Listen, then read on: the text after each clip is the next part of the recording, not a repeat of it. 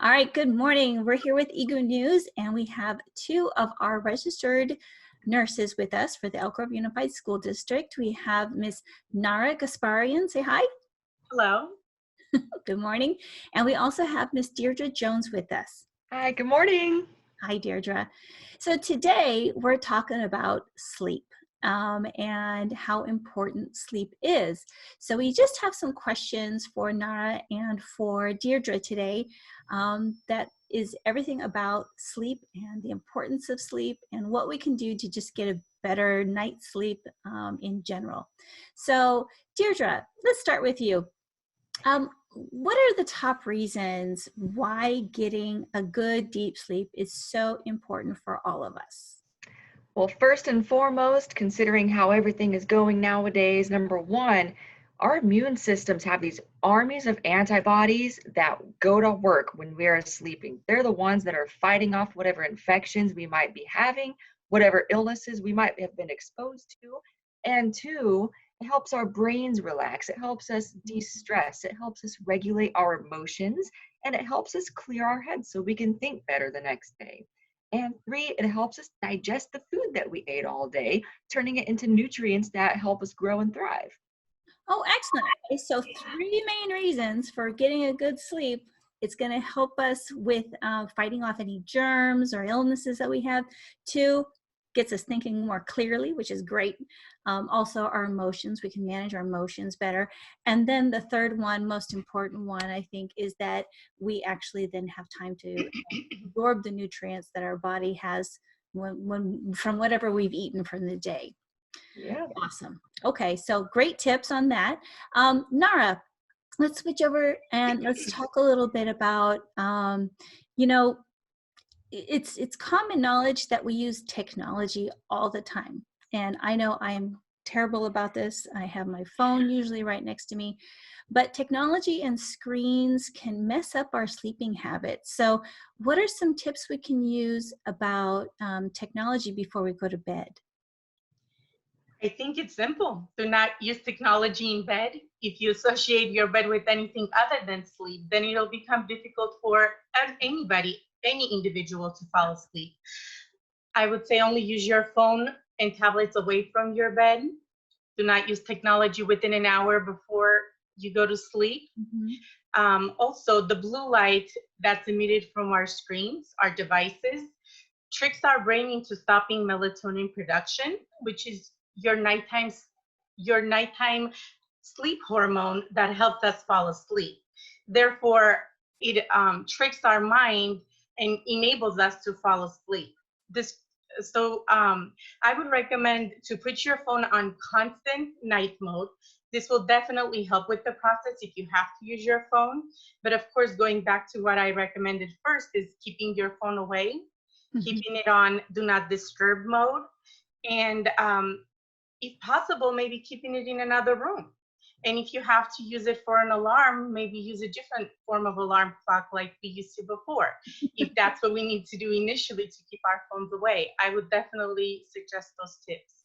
Awesome. Great advice. And I know personally, even though I do have to have my phone with me on a 24-hour basis, I do find myself at night, because I've gone to remote working, that I have my computer now in my room, and I have to take a blanket and put it over everything because there's all of those little blue lights and green lights and yellow lights. So, and it definitely does help to cover those up and make sure that they're not there.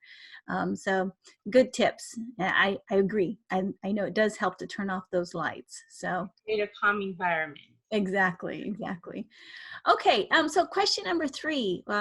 Let's turn back to Deirdre.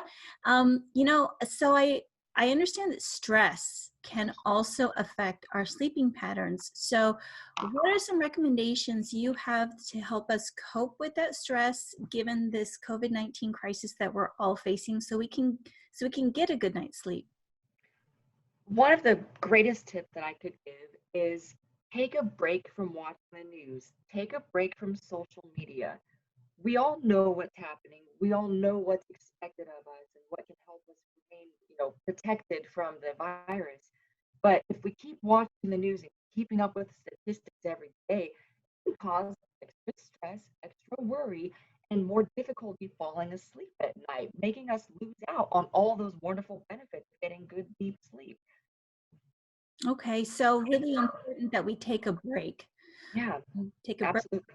Take a break from what's the news. I mean, you're right. The news is there and it's on, then it's followed up on YouTube. So if you missed the news that particular evening, it'll be there the next morning.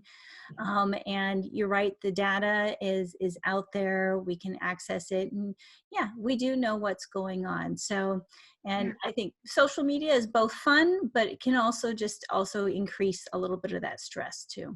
Sure. And it's okay to schedule a time, maybe every Friday.